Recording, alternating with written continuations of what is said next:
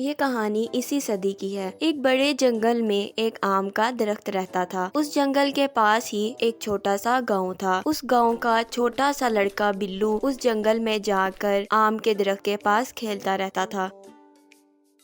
وہ اس درخت پر چڑھتا، آم کھاتا اور بعد میں آرام سے اس درخت کے نیچے ایک نیند کی جھپکی لیتا۔ بلو کو درخت کے ساتھ کھیلنا اچھا لگتا تو اس آم کے درخت کو بھی خوشی ہوتی۔ اب بلو اس درخت کے ساتھ روز نہیں کھیلنے لگا تھا۔ ایک دن کی بات ہے، بلو چلتے چلتے اس درخت کے پاس چلا گیا۔ وہ بہت دکھی تھا۔ چلو بیٹا میرے ساتھ کھیلو۔ میں اب بچہ نہیں رہا جو تمہارے ساتھ کھیلوں۔ اب میں درخت کے ساتھ نہیں کھیلتا۔ مجھے اب کھلونے چاہیے اور کھلونے خریدنے کے لیے پیسوں کی ضرورت ہے۔ معاف کرو بیٹا، پر میرے پاس پیسے نہیں ہیں، لیکن تم میرے آم توڑ سکتے ہو اور اسے بازار لے جا کر بیچ کر پیسے کما سکتے ہو۔ بلو یہ سنتے ہی خوش ہو گیا۔ اس نے آم توڑے،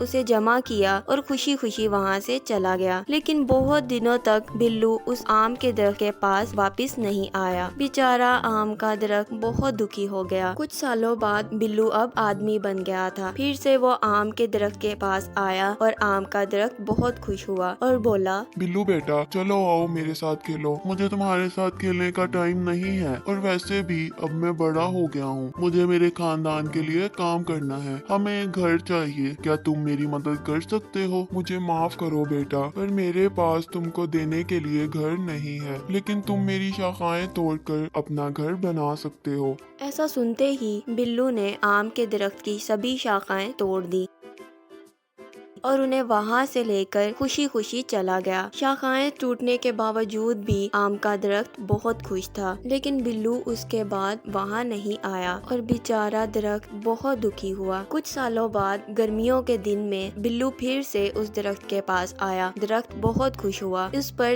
درخت بولا، آؤ بیٹا چلو میرے ساتھ کھیلو۔ نہیں، اب میں بوڑھا ہو گیا ہوں۔ اب مجھے زندگی آرام سے گزارنے کے لیے کشتی چاہیے۔ کیا تم مجھے دے سکتے ہو؟ میرے تنا کا استعمال کرو اور کشتی بناؤ، پھر تم نوکائن میں جا کر خوش رہ سکتے ہو۔ پھر کیا تھا، بلو نے اس درخت کا تنا بھی کاٹ لیا اور اس سے بوٹ بنائی اور وہاں سے چلا گیا۔ پھر بہت سالوں تک وہ واپس نہیں آیا۔ ایسے ہی کچھ سال گزر گئے۔ آخر ایک دن بلو واپس آیا۔ بلو کو دیکھ کر درخت بولا، مجھے معاف کرنا بیٹا، لیکن تمہیں دینے کے لیے اب میرے پاس کچھ نہیں بچا ہے۔ ہم تو کب کے ختم ہو گئے۔ بلو نے جواب دیا، کوئی بات نہیں، اب میرے دانت بھی تو نہیں ہے آم کھانے کے لیے۔ درخت بولا، تمہارے کھیلنے کے لیے اب شاخائیں بھی نہیں ہیں۔ بلو بولا، پر اب میں بھی بہت بوڑھا ہو گیا ہوں شاخوں پر چڑھنے کے لیے۔ میرے پاس سچ مچ کچھ نہیں بچا تمہیں دینے کے لیے، بس یہ مرنے والی جڑ ہی ہے میرے پاس۔ اور آم کا درخت رونے لگا، اب مجھے کسی بھی چیز کی ضرورت نہیں ہے۔ اب میں تھک گیا ہوں، بس آرام کرنا چاہتا ہوں۔ تو اچھا ہے، پھر درخت کی جڑیں آرام کے لیے سب سے اچھی ہوتی ہیں۔ آؤ میرے پاس بیٹھو اور آرام کرو۔ بلو نیچے بیٹھا، آم کا درخت خوش ہوا اور وہ رونے لگا۔ تو بچوں، یہ کہانی ہمارے دل کو چھو لیتی ہے کہ کیسے ایک درخت ہماری زندگی میں بس زندگی بھر دیتے ہی رہتا ہے اور انسان اس کی قدر تک نہیں کرتا۔ درخت ہمیں چھاؤں، پھل دیتے ہیں، لکڑیاں دیتے ہیں، پر ہم انسان انہیں بے رحمی سے ہمارے کام کے لیے کاٹ دیتے ہیں اور واپس کچھ نہیں دیتے۔ تو دوستو، آپ سے گزارش ہے کہ آپ درخت لگا نہیں سکتے تو کم سے کم انہیں کاٹو مت۔ شکریہ۔